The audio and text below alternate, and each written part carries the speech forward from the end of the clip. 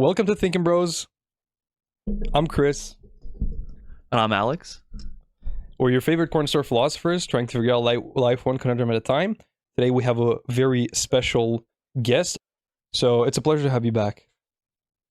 I'm Phil. The Lord spoke again to Ahaz, saying, quote, "Ask a sign for yourself from the Lord your God. Ask it either in the depth or in the height above." But Ahaz said, "I will not ask, nor will I test the Lord." He thinks he's being righteous. But then he said, he being the prophet Isaiah, the Lord is speaking through Isaiah. Then he said, "Hear now, O house of David, is it a small thing for you to weary men, but will you weary my God also?" And here the word for weary is like bullshit. So basically what he's saying is it a small thing for you to bullshit men, but will you bullshit my God also? So essentially Isaiah is calling Ahaz bullshit here. Because Ahaz said, "Oh, I'm not going to ask for a sign from God because it's sinful," right? He's following the rules. He's doing the right thing. He's doing the orthodox thing. But we see that it's actually BS, because in this moment Ahaz needs a confirmation. He genuinely needs a confirmation from God, and God was willing to provide in that moment. He was just pretending. It's hypocrisy. He's trying to hide his own lack of faith by acting all righteous in this way, by quote unquote doing the right thing. We can take a moment to digest that, and just to synthesize it. I would say that the way you can avoid this is precisely by breaking away from this sense of obligation that you have to never ever ask the Lord from a sign. Break away from your Christian tradition, so to speak, in order to be able to reconnect with it in a meaningful way afterwards. That's how I would put it. Oh my god. There's a Zen Buddhist quote that is beginner student sees the mountain as a mountain, the intermediate student sees the mountain as not a mountain, and then the advanced student sees it as a mountain again. And just for the pattern of, you must go through a phase where it gets worse before it gets better. I think it's a parallel with that. It's sinking in for me, what you're saying.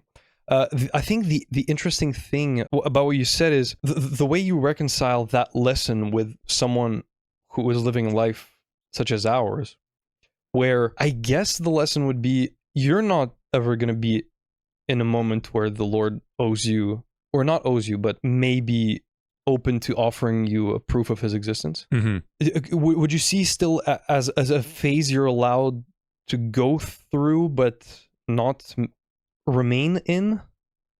Just as a, because we're never going to be in that situation precisely as a believer, as you know what I'm saying?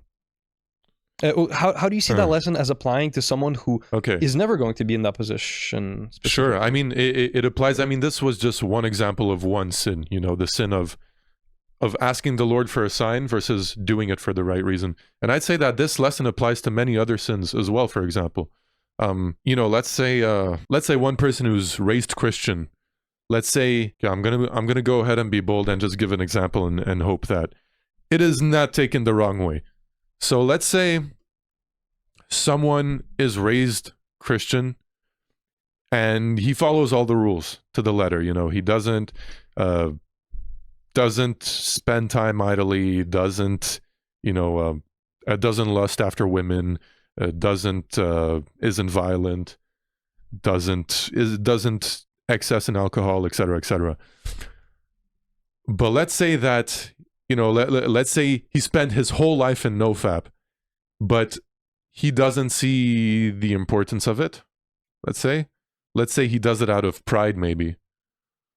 Then, it's like he was born into the set of rules which he feels he has to follow, but he doesn't necessarily he's not necessarily in the spirit of those rules. King Ahaz, he said that he won't ask for a sign, but he didn't actually understand why that commandment is important. He just said it to conceal his lack of faith. He didn't do it in order, with the right spirit, so to speak. So I think for someone, let's take this example. They spend their whole life in nofap, and maybe they do it out of pride. And I don't know, maybe they don't see the sense in it, which makes it difficult. They kind of just do it because it's the right thing to do. Then maybe there might come a point in their life where they are going to fail, but then they're going to realize the importance of that commandment, and they're going to realize the spirit with you should do that commandment. And that, you know, if he did it pridefully, maybe he might come to realize that, oh, it's not about me being better than other people or about me being righteous. It's about blank, whatever it's about. It's about me respecting, it's about me not committing adultery in my heart against my wife, for example. At the same time, though, I don't want to make it seem like you need to understand everything, because raw obedience is also a great value in Orthodox Christianity, which is really countercultural. But just doing things because they were told to you, because you have faith that this is the right path to follow, is also commendable and is not a bad thing by any stretch. So it's a balancing act that takes a lot of common sense, that takes takes some luck or some help from God to get it right. You might not necessarily get it right, but yeah. Yeah, just as a side note, the fact that it's countercultural to complete obedience, you know, call me Hobbesian, but I think a lot of people need absolute guidance, but whatever. So... Hobbesian? Hobbes, just relating to Hobbes. Hobbesian, okay. Yeah, Thomas Hobbes, yeah. Yeah, but just his principle that there should be a sovereign and everyone should absolutely give up their free will towards that sovereign. Okay, I didn't know about that part. I knew about his thoughts on like state of nature of man, and we're like savages and whatnot. The that fix makes to sense. that is the sovereign. Huh? The fix to that station. Yeah. That makes sense. That'd be a solution. Okay. Yeah, quite extreme views on human nature, but okay, so you said balancing act, and that's the question that's been burning away in my mind, and I think we're getting to something. Mm-hmm. And that is precisely the philosophy side and the religion side, but all seen from your religious perspective. And it is, I love frameworks. That's ambitious, but could you give me the framework that at least you place it in, where the balance act between what you call the leap of faith and I have the right to internalize, understand, test why this is right. And if I may propose it, just to put into context what I mean, is it you've been imposed the Christian religion, so you know that these conclusions are right. That's the leap of faith. And the justification part is, okay, try to live your life and interpret the things that you will live through in a way where your conclusion is the do no harm. Is that fair, or would you see maybe more nuance to it? I would say it's kind of fair, although there's also a bit of nuance to it. The way I think of it is that every person has a duty to reconcile the contradictions in their mind, so to speak. And the Bible provides many opportunities for that. You know, many people say, oh, the Bible's full of contradictions, full of moral contradictions. But I think that's just, those contradictions are just, there is a way of understanding them such that it makes sense, but it takes some digging. And you know, I said that obedience is you acting in a way that you haven't necessarily internalized. I think that the quote-unquote correct orthodox trademark way of operating within that would be to just obey, and in the meantime try to internalize it, which sounds very brainwashy, but I think that's what it is. And I mean, we're all brainwashed nonetheless. Even if you're not religious, you're brainwashed by something. Everything you always is have a psyop. master. Huh? Yeah. Everything is a psyop. Not doesn't even have to be necessarily a psyop.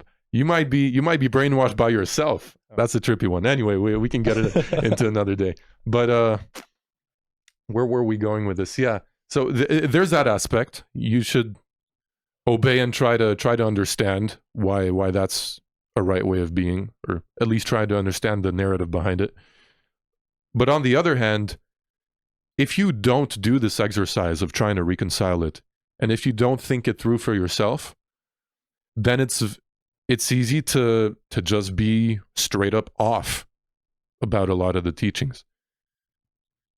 You know, the Bible was written for humans, not for reasonless animals. And we're meant to, in my opinion, we're meant to read it, what makes sense. If we read something into it that's totally obscene, then maybe there's room to consider a different way of reading it. You know what I mean? And I think there's nothing sinful about engaging in that way. You know, for example, my interpretation of this verse that I read, it came from me putting some thought into it. And I kind of, in a way, I kind of already believed that before even reading this verse. This verse kind of just confirmed my way of thinking. So yeah, it's a balancing act between obeying because you know it's the right thing, but also questioning it, not just to integrate it, but also to make sure that you have it right. If that makes sense.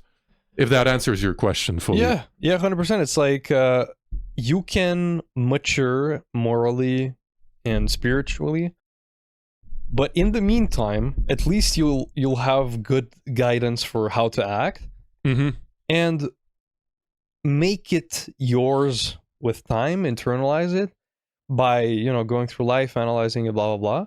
And the beauty of that is, and I'm sure you agree that it will always be a constant strive for it. Hey, what you're asking is to internalize fully kind of philosophy and the moral code, which philosophers have been trying to do for 1,000 years. So you're not going to arrive at that point. I don't know necessarily, actually. Well, because I do think that philosophy, a lot of it, is not just internalizing it, but is trying to communicate it. And that's why I think Wittgenstein was right when he said a lot of philosophy is just linguistic misunderstandings.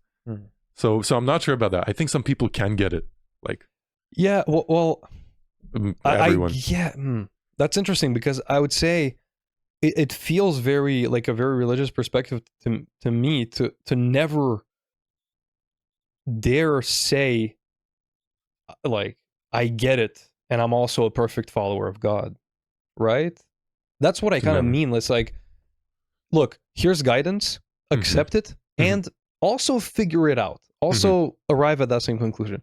But in reality, all you're going to do is become more and more accepting, but you'll never have explored the Bible to its fullest, I would say.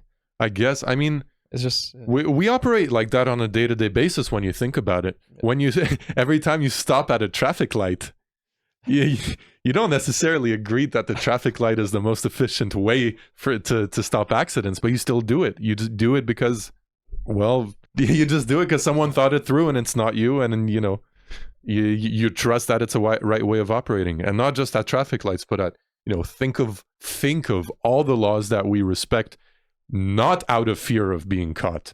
You're sure there's no one around watching, and we still respect it. Think of every time you see a sign that says "Do not cross," there's a danger. You have no idea what danger there might be, and still 99% of people would not cross it unless they really need to or something. But even then, some people wouldn't cross it.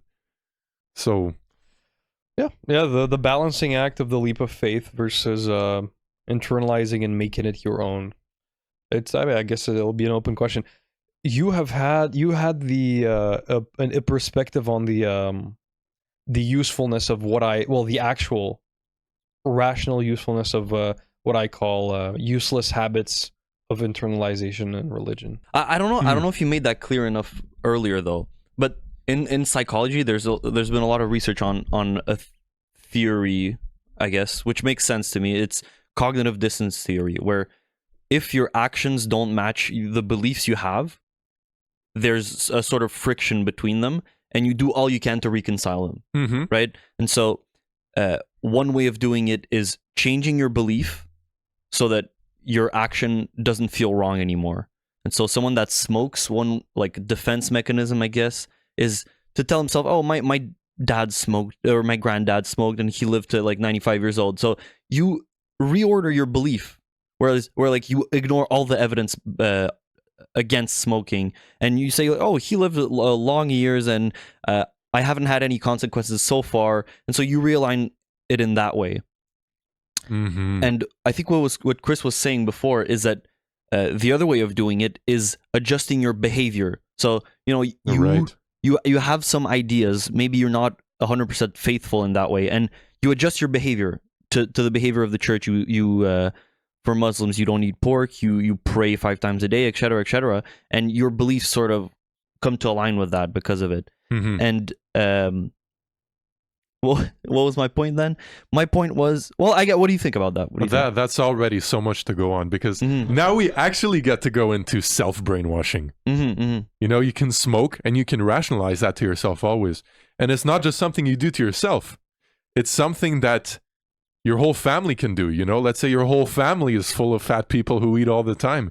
And maybe they all rationalize it to themselves. And now you raised in this microcosm where being fat is okay, and being where being fat is desirable or is not something to mind, and where you can eat as much as you want. And not only intergenerationally in a family, but it's also something a society can do. We have, look at the societies around the world. They're so radically different sometimes in their norms and in what they believe. Just think of the Middle East versus the USA, which is like a culture of freedom. There's strip clubs. In some cities are full of strip clubs, alcohol stores, all this. So for me, the question is, well, what makes me think that my natural intuitions right now are not corrupt? Right. And that's an incredibly difficult question that I don't have the answer to. I don't think anyone does. That's why I think a leap of faith is necessary no matter which way you're going.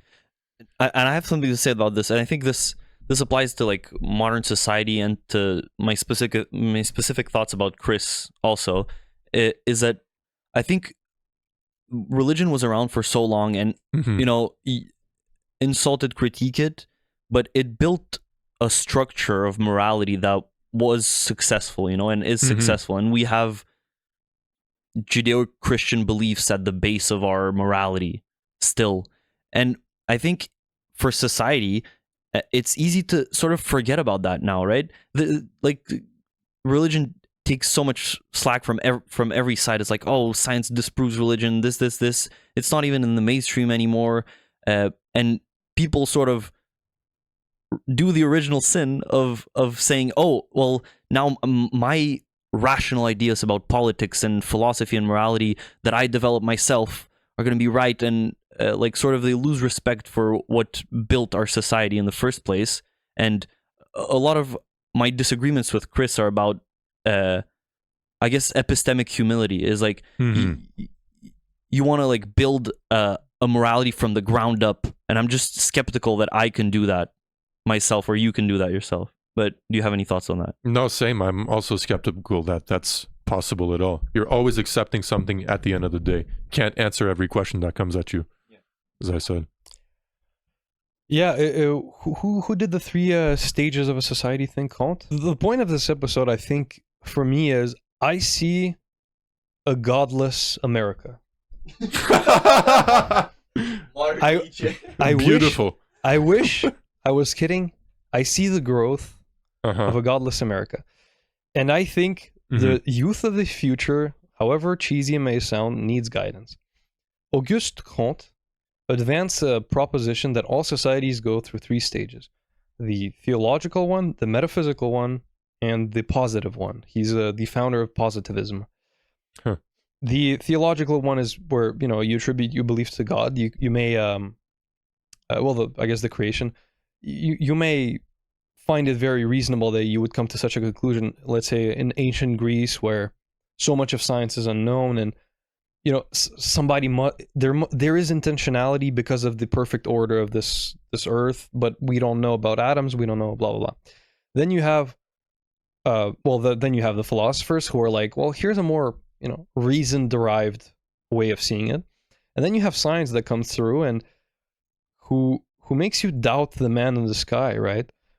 of course, what has come of this podcast is that you have shown that it is so much more than trusting that there's a man in the sky, right? I think that was Absolutely. my intention, and I think we did it quite successfully, I hope. But the book that I'm writing right now is a reconciliation of this, the last two stages, where I suggest a shift of philosophy towards science, because I still believe that if Auguste Comte foresaw the exact framework through which societies go, I fear that what you call religion is seen by many intuitively as stage one, and science is a threat to it. Although, again, you have shown that it doesn't have to be. So that's why that's yeah.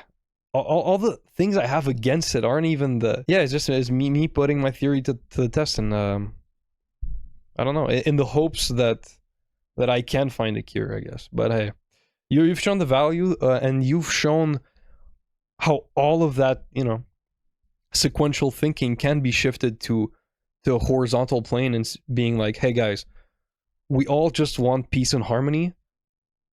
Here are three frameworks to arrive at it.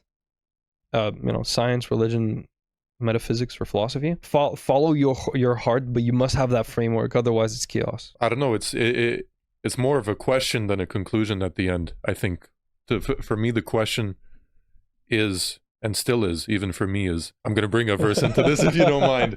So the real question here is, because we were talking about brainwashing and self-brainwashing, things like this. And how do you know that your intuitions about what's right and wrong are correct? And what do you do about that? And so actually this is a concern that's addressed in the Bible, or at least a question that's posed. Jeremiah 17 verse 9 says, "The heart is deceitful above all things and beyond cure. Who can understand it?" And so that's the question, is what do we do about that? To me, the question is not obvious. I think the Bible sees itself as, like, yes, the spirit of the law is written in all men, but also sometimes we corrupt. So I think the Bible sees itself as a guide to your own heart, so to speak, a guide to your own true heart. And of course, you don't have to accept that, but that's one solution that many, many people take.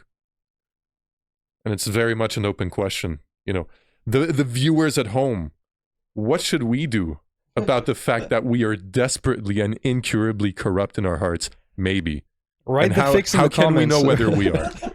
Yeah. How can we know whether we are? Seriously, what do we do about it? Yeah.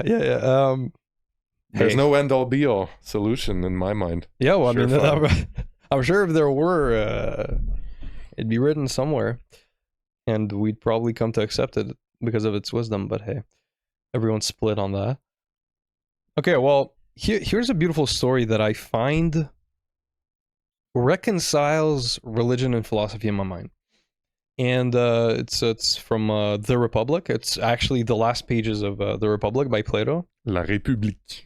Yeah, and it's the myth of Of what? E-R. Okay. It's a soldier who is found dead on the 8th day after a battle, and before he is brought home to be buried, and then he resurrects, and he tells the story of the afterlife, confirming it to humans. And what he says is it's a meadow. There are 4 portals, one of which people who ascend to heaven go through, the other descend from heaven after a 1,000-year journey. Same thing for hell. And the 1,000-year journey is, if you see life as being 100 years, you're going to, and you were a good person, you're going to be sent to heaven and re-experience all the good that you've cast on everyone times 10. Just 100, like in one lifetime, you're going to experience it exactly how you've administered, times 10. Then you come back from the 1,000-year journey. Same thing for hell. Then everyone reunites in the meadow and the souls talk. And then they're sent to goddesses that, I think, something like destiny, but it's not really destiny. And they're given randomly assigned threads of destiny. And random, fate, whatever. It's the same thing, but it's not. I don't think the term uses fate. I think it's. I think the goddess is specifically called necessity, which is pretty cool. And Greek. yeah, and then there's a pool of lives to choose from on the floor, and the people who got the person who got the first thread chooses first. And it is said that the people that just came back from heaven have lived 1,000 years of intrinsic peace, inherent moral code where everyone respects it. And they've forgotten true mortal life and how humanity operates. So they're gonna choose the most luxurious of lives, and they're gonna choose the life of a tyrant because it feels the best, but they don't have any conception of, well, this is gonna make me end up in the 1,000-year cycle of hell. In after my other mortal life. So this is about rebirth. But the people who just came back from hell and have seen true suffering, they're much more they're much wiser, and they've had time to think about their sins, and they say, okay, well, if I was extravagant, I'm going to choose a humble life. As a life pattern. And Socrates says that the only way after that, after they choose their lives, they drink from the river of forgetfulness. Forget everything, they're reborn. See? And Socrates says the only way to break the cycle of the eternal cycle of heaven and hell is philosophy, is knowing that there is something inherent about it. There is something out there that is inherent. You're not going to be born on this earth with that in mind, but there will be a sense to it. You'll have a sense that it exists, and you must strive towards that through philosophy and reasonable thinking. And I think that the way I interpret it as even before my discovery of Buddhism, as just a pure rationalist, is those people that are born into, rich kids have the worst reputation, the most arrogant, extravagant, don't know they're very disconnected from reality. They have an inherent sense of life that is quite wrong, I would say, and different from people who have more humble beginnings. And you see this everywhere. Poor countries, the collaboration, the love that is given, the children that are raised by entire villages, having one last piece of bread and breaking it in two and giving it to someone else. And that's it. It's like, the way I saw that is, hey, these people have been through hell by all definitions, and they're the ones who are going to choose the humble, altruistic path.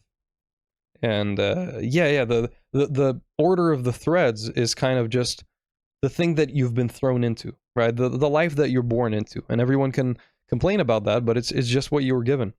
But your choice with that thread will always kind of be up to you. And yeah, I think a rationalist, the beauty of the story for me is a rationalist reading is the same as a religious reading. I tend to see it that way. It depends what exactly you mean by that. But for this story specifically, yeah, sure. I mean, a rationalist one, what does it mean? It means you're trying to figure things out through reason. But also, if you're a good rationalist, you acknowledge that you can't answer all the questions. Because the way I understood it was like a game. It's like, if you go through the 1,000 years of heaven or whatever, and you come to earth, you choose the best life, but then you're going to end up in hell. But then after those 1,000 years of hell, what, you're going to choose the humblest life again, go back to heaven. So then I thought where you were going is that the solution is the middle way, man. Being a Buddhist and all. I guess it would be reconciled with the part where you kind of have to justify the teachings of the Bible during your life. The what I would call a moral maturation. I see. Yeah, like the law is written in you, like you're an image of God. Yeah. But you're corrupt, and the Bible is like a representation of your true heart, so to speak. Yeah. And so okay. That would be the connection to your story. Yeah. Actually, yeah, that's similar. Yeah, there is a big problem. I would say not with philosophy itself, which is a beautiful thing that I engage in as well, but with philosophers, and typically modern philosophers typically secular philosophers, that's it. And is that people often see Christians as these kind of people. It's like, oh, how could you believe this? And you're like enforcing your view on me, etc., etc. But in a way, philosophers do the same thing. They say, oh, you know, you should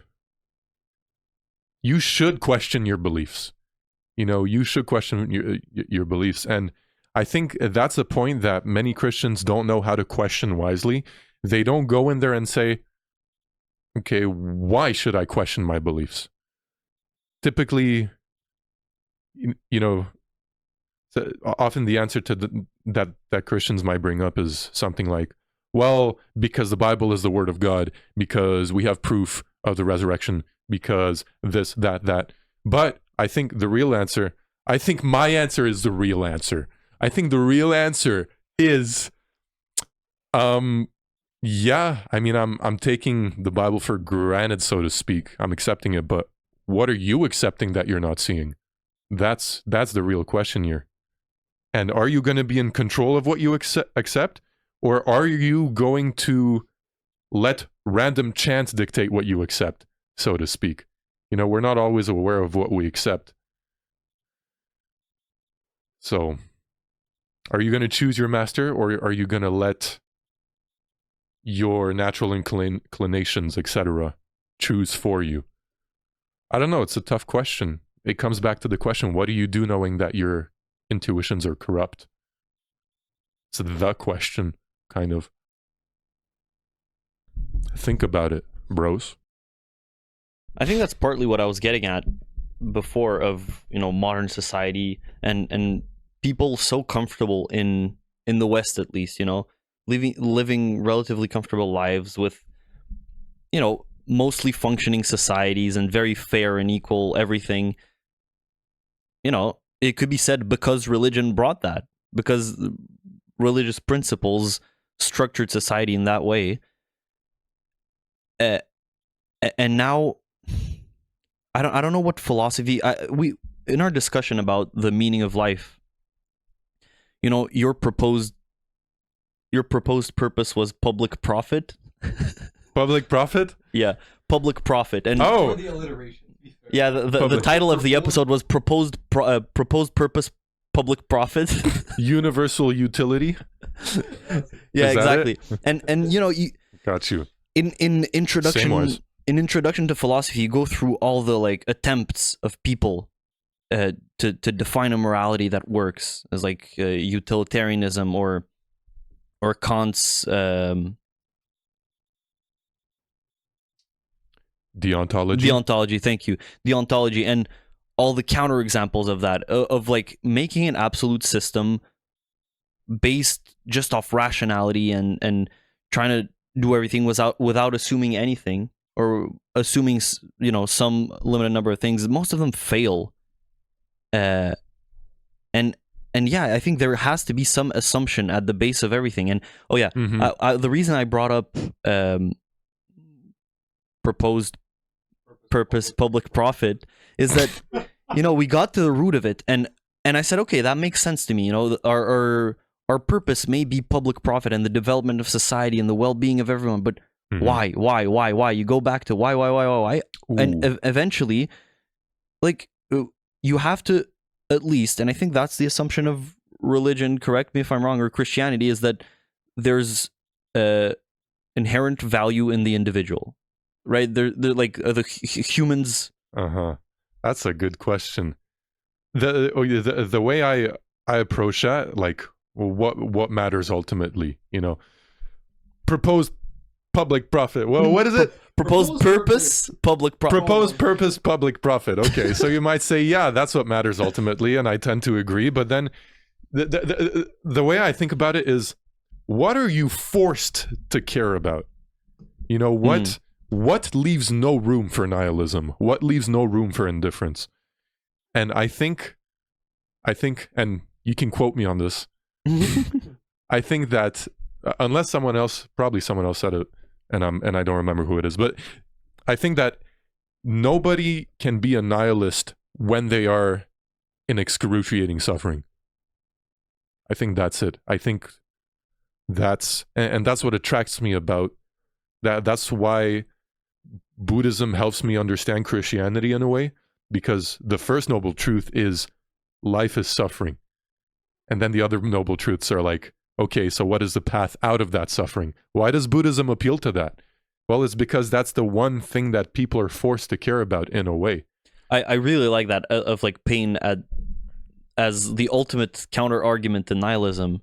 Yeah, nice.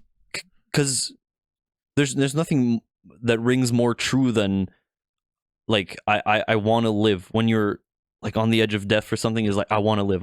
And why? You know, you can explore rationally of for evolution, I want to spread my seed and have, but like why that? Mm-hmm. It's just something you assume. It's like life has a value, has intrinsic value. The individual is valuable. Mm-hmm. And even in Christianity, you know, let's say we know absolutely what God's will is.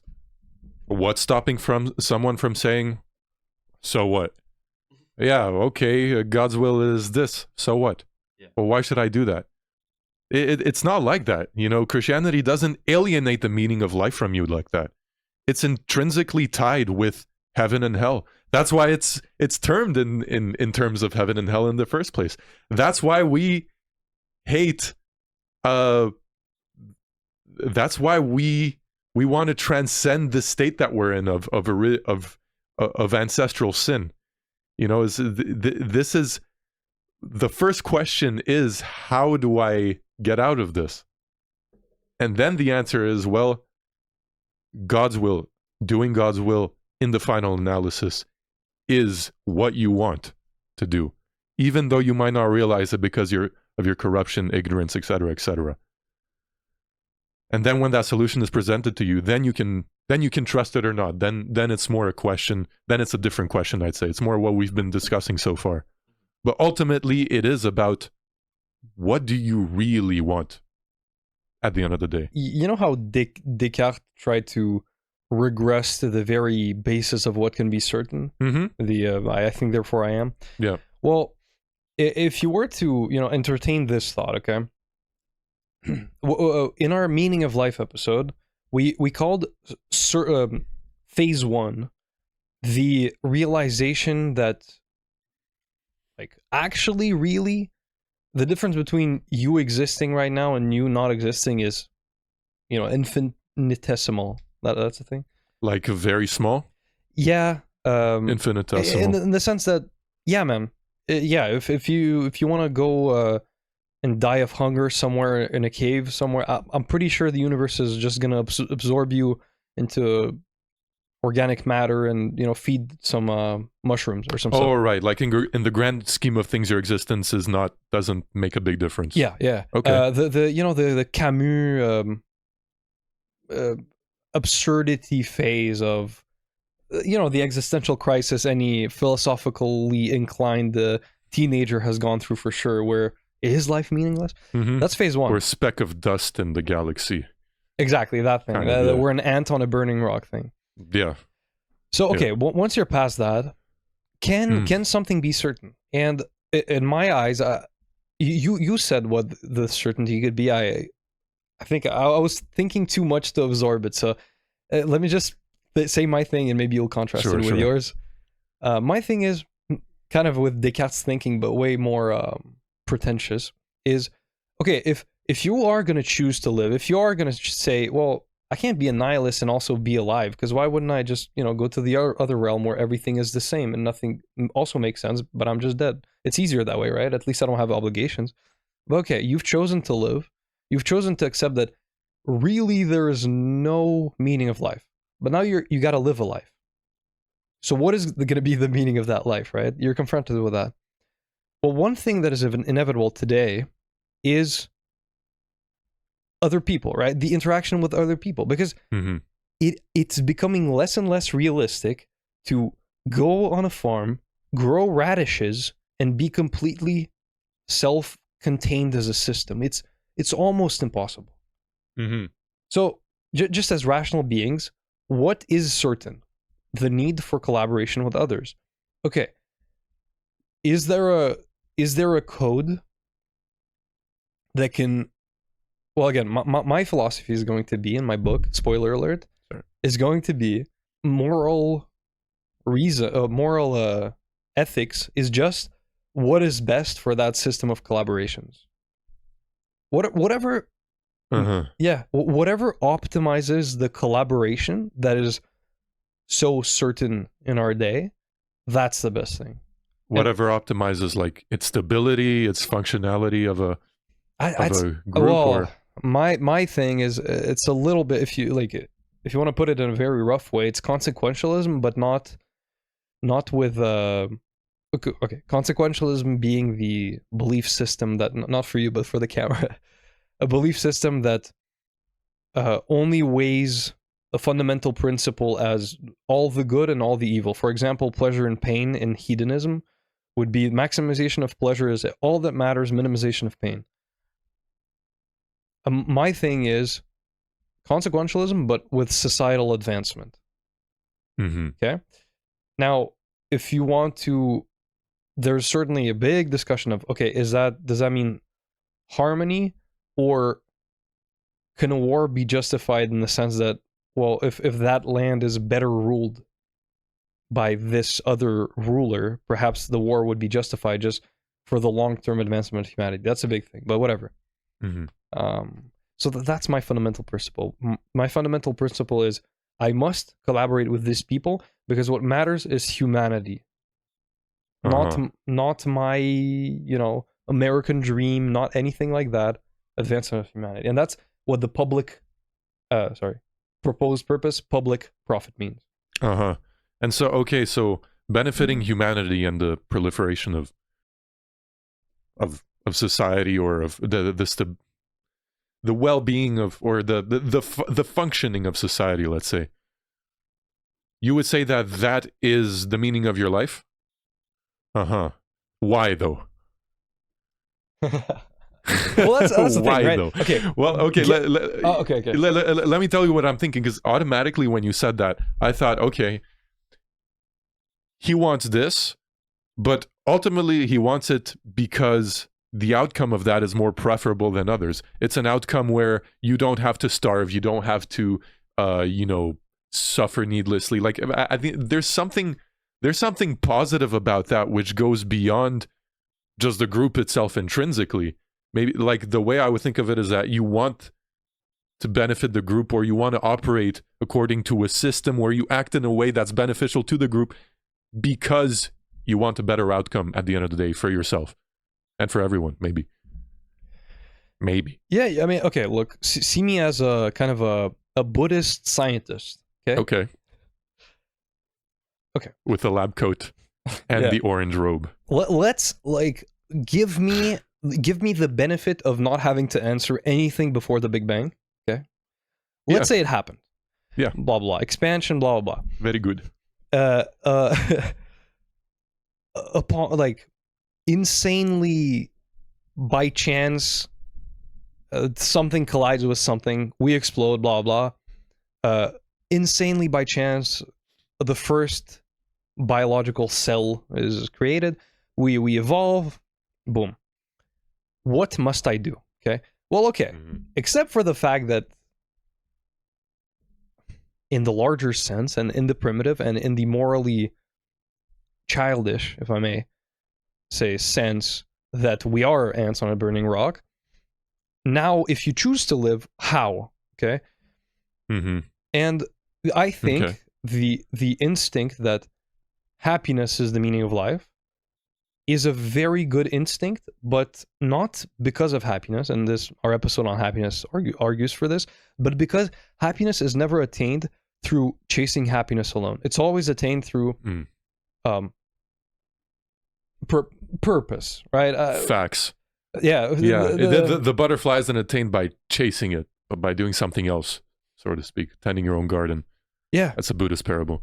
Yeah, exactly. So chase the purpose, and a byproduct of that will be happiness. But, happiness is inevitably in the conversation.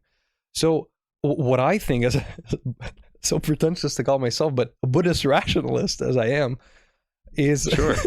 We're all humble humans. Yeah. is that, okay, I respect my instinct that has been filtered by evolution. I believe, I trust what Mother Earth has imprinted into me, right? And therefore, because my neurological pathways are built in such a manner that I recognize the value of happiness as a purpose of life, and also everything that feels purposeful is always somebody else related, right? If I'm without friends, without maidens, alone, alone, crying in my Lamborghini and my mansion, Gotcha. you'll find that it's very empty. And this is where the a lot of rich people complain of being unhappy, but look at their problems. Yeah, man, they're unhappy because they have sacrificed everything that actually mattered in chasing what America glorifies. So okay, why? Well, because it's been ingrained in me by Mother Nature, which is the Buddhist thing, the side of the equation. Why? Because I've been scientifically wired through filtration to appreciate and find happiness and fulfillment and meaning into the things that I do as an individual to benefit humanity and the public purpose of the thing. Got you. Boom. That's my whole book, actually. Got you. Yeah, that's beautiful. Okay, I totally see your point there. And I think, oh man, yeah, that's a good point. And I actually think similarly in some ways. Because okay, basically you're trying to answer the question, what can I do to feel fulfilled, but also in a way that you're not directly chasing that fulfillment, because that's not going to work. You're saying what's worthwhile doing for me, essentially. And I totally agree with that. And actually, yeah, that's a big question. That's a big question, because then I would ask I'm going to throw in a spicy question, but I'll feel free because this is the second time. So what would you be the kind of person to give to charity because it feels good to you? And does it matter that that's your motive for doing it? Oh man, yeah, that's good. The egotism of altruism, right? Mm-hmm. You know, as a Buddhist rationalist, I would BR. say I'm very, and this is something I've been trying to divorce myself from, because I think it contributes to my closed-mindedness. But I'm very result-driven, and the results in the universe of me giving to charity will be the same benefit whether I do it for me or not. We had an unreleased episode on altruism, where I think that because of the introduction of social media, it complexifies altruism because of the possibility of making it public and deriving from it not only the inherent kind of fulfillment or pleasure of giving, but also of knowing that everyone knows you've given. So I think as long as you keep it private, it can be very selfish. Because if anything that contributes to humanity will in fact give you pleasure, whether you see it as sacrificing yourself or also giving yourself the pleasure of the sacrifice, it doesn't really matter. Now, if you chase something even more than that, and the satisfaction of, hey, I also want all these people to know that I'm contributing to humanity, there is where the question gets more complex on altruism. So yeah, in summary, I do not think it matters because I'm a result-driven person. Now, of course, the first story that you gave of the Bible, the intention very much mattered. Why, right? I'd argue it matters less in my head, but yeah. Okay, so okay. So then let me throw another spicy question. Ooh. Why should we care about other people at all? Should we is really the only reason that we have to care about other people? Is it really only for our own satisfaction? Is that really the only basis on which we should care about other people? Or is there anything else at all in which we should care about them intrinsically? Is that even possible to care about someone else intrinsically? Well, okay. There are two angles where Uh-huh. the how do I say it? The safe angle for me is to say, well, you're just participating in the infinite regression of the why, right? Well, if you keep asking why enough, well, you get to a point where I don't know, do whatever, right? Like I can't answer every single regression of the why. And that's whenever you use the word inherent, Mhm. right? As a Buddhist biologist. BB. Inherent is simply the arrangement of your neurons to make you think that you're doing something right. So, yeah, hey, you know what? I will have the humbleness, and therefore, by acknowledging it, not humbleness, of Good one. of admitting I cannot answer your question. Uh-huh. Yeah. That's a good question, but it's an important question because actually I was on the exact same path you're on right now, my young man. Okay.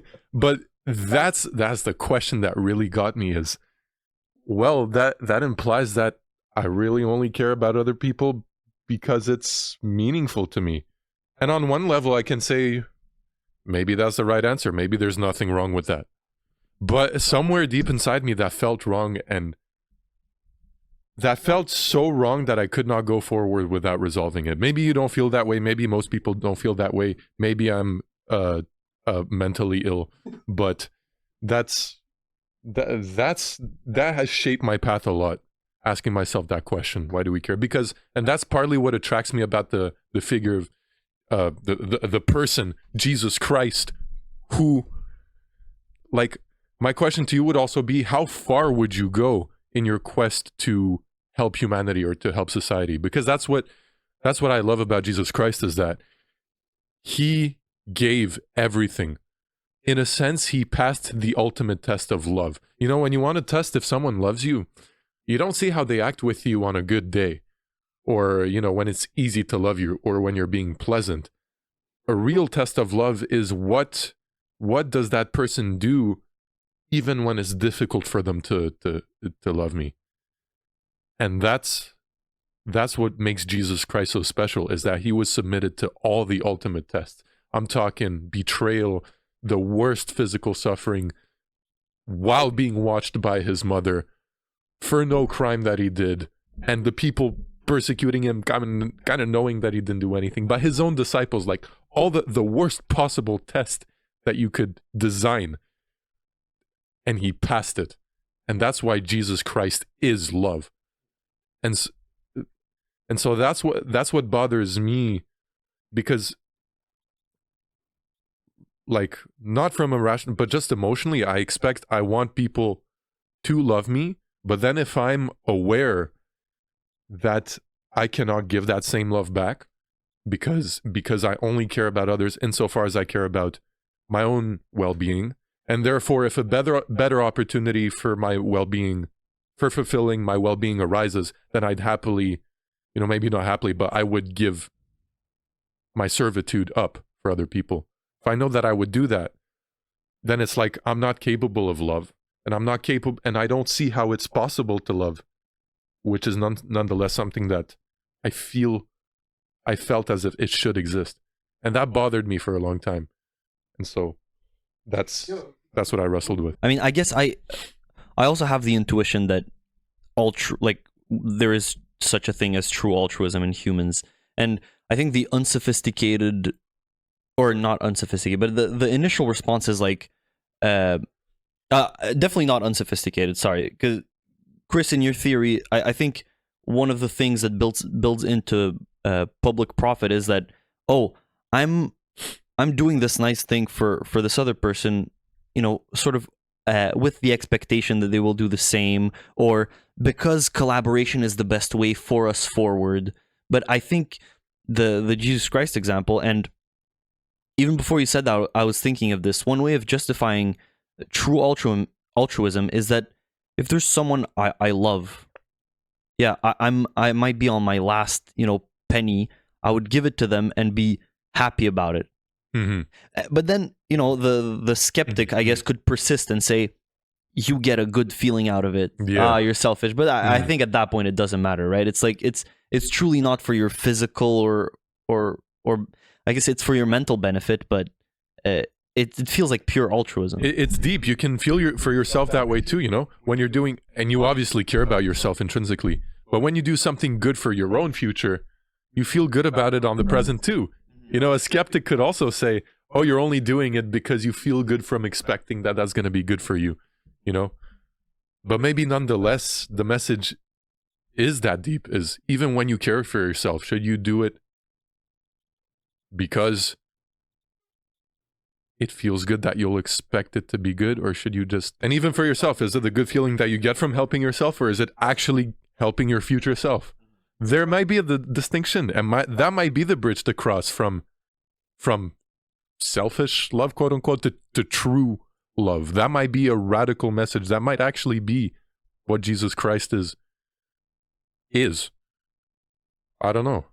Free thoughts here. By the way, in my account, the reason you're doing it isn't because you're expecting returned collaboration. It's just because you're hardwired to feel good in doing it. That's the only thing, is just neural release of fulfillment and whatever, So I think as any good philosophy books, it ends on 10 questions, right? They answer a bunch of questions, but hey, here's 10 more out of the one that you asked at the beginning. That's what we just did, right? Nice, yeah. So, it is. And also, I'm of the. I think that this is a good question. I'm sure you would be of one opinion. I have a lot of trouble. I love Socrates. I have a lot of trouble understanding the depth of. If you hurt others, you hurt your soul. So no matter the circumstance, you must never do whatever you consider to be wrong. So even in, a situation where, let's say you determine killing is bad, but killing could prevent more killing, right? That thing. Mm-hmm. And I don't know how I got onto that. We were talking about love and sacrifice, but it's still about the why of your actions. So anyway, if everyone's comfortable with what they've said, unfortunately, we did leave with more answers than more questions than answers. But that's every good philosophical discussion. Maybe fortunately. Yeah. So yeah, we'll continue. Let's all continue our path towards moral maturation. Let's. Theosis. Let's. Thanks a lot for coming through. Thank you. Quality episode as always. Hell yeah. In fact, two episodes. I mean, heavens indeed. We'll cut it out. You can leave that in, no problem. Okay. So the figured it out rating. How much do you think we figured out the debate between religion and philosophy, man? Oh, well, given that we had one question and we came out with 10, I'd say negative 10. Negative 10. Okay, then I'll leave it up to you by saying, and I'm quoting a great thinker, my brother here, in saying that everything is everything. So philosophy is religion, and I don't actually believe that. I said that kind of for the meme, but everything was linked together. It's all about life and what to do with life. And so I'll give it a 10, and now we're at an average of 0. Yeah, true. No, I think through your introduction of the concept that a leap of faith must be taken regardless of philosophy or religion, I think you did approach the two a lot in my mind. And whatever historical facts you want to paint onto Christianity, it's just a way to escape the fact that you must make sacrifices to adhere to a certain moral code, and it's proposing. It can be, but not necessarily. I just want to emphasize that. Yeah, it's a lot of nuance to that. So I'll say -1 because I want a negative score, but I want it to be a good thing for the first time. Because lower scores usually meant we were lost in our conversation, but this time is a good thing. If you want more information, go on thinkingbros.com or contact us at thinkingbros@gmail.com, and we'll see you next week. Peace. Not me, though. Peace. See you another week, hopefully.